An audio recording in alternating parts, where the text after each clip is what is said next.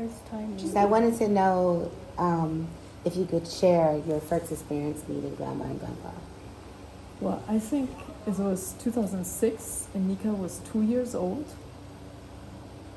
because she was born in 2004, on March 15th, the day that Grandma eventually passed. So I just remember, like, it was the house in Fairfield, like Montego Bay. Not Montego Bay, Court. Montego Court. Yeah. Yeah. And, like, first impression, or just like first encounter, it was just like, she was the rock in the family. Like, absolutely. The alma de casa, you know, they say in Spanish, like the soul of the house and the soul of the family, and just the matriarch. And it was like this very interesting blend of, like, this, what she used to say, you know, I love you, I love you, I love you. Like, very clear in sharing that. And then she was like very, like, right on target. Like, I remember how she said to Jesse, you know, because we had like all 3 kids with us, like, these are your boys too. Like, check, like that. Because it was like, he wasn't easy, you know. But for her, it was like, no question, like, everybody equal. This is all like one family. Yeah. And it kind of, you know, I had, like, Jesse did not share much about his family.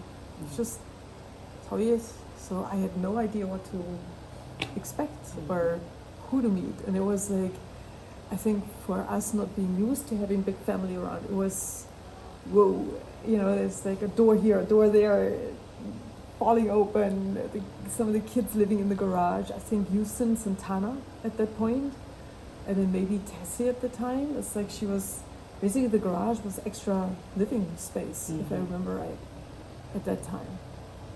And it was just a lot of people, but she was just like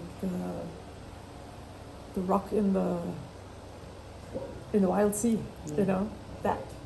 And what really hit me afterward was that I had married a second time into the same type of trauma, like the war, Second World War, like survivors. And the whole story that came with it, it just makes me cry, because it's like, we don't know until we realize.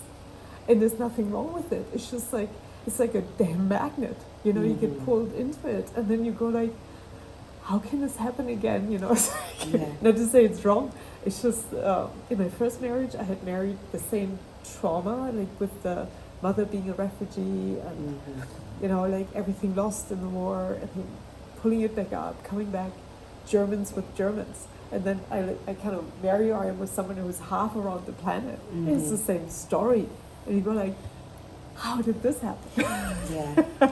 You know, he had shared nothing, and then, you know, she would talk about the time in the concentration camp with the Japanese, and tell, you know, back from the times, that how everything that she remembered happened. And then what was so stunning too was for me to experience, having experienced basically with her, like 3 women, like my mother, my first, then ex-mother-in-law, then, you know, another mother-in-law, 3 women with the same experience, similar experiences, but how different they had come through.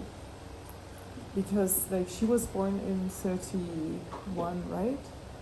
Like, my first ex-mother-in-law was born in 34, and then my mom was born in 39. So different ages, and how the time affected them, how they would kind of come through, and the personalities of them. And I found it just always super remarkable that she was so strong. You know, just amazing. And I was not her child. I can't talk about, you know, like, she disciplined me with the belt or any of that. I just experienced her all that time later. So it was later in her life too, where she had certainly come to certain conclusions and realizations, and, you know, different, I guess, emotional reactions. And, you know, she'd always say, it's like, I never had a mother, so I need to mother everybody. She'd say that. you know. Yeah. So, just really remarkable. Yeah. Thank you for sharing. Yeah. This was your first experience. My first, well, I knew her when I was younger, so like when they first came out. So she was like Auntie Sit to me. So she would cut our hair, always, you know, she was the hairstylist. She would do my perms. She did cut your my perms? hair, yeah. And so, yeah, my mom knew her when they were out here, and then my family moved out here. Okay. I guess that happened. But I was young when we moved out from Guam. But, yeah. And then I met him when they came out. Okay. Nice. Thank you for sharing. Thank you for sharing.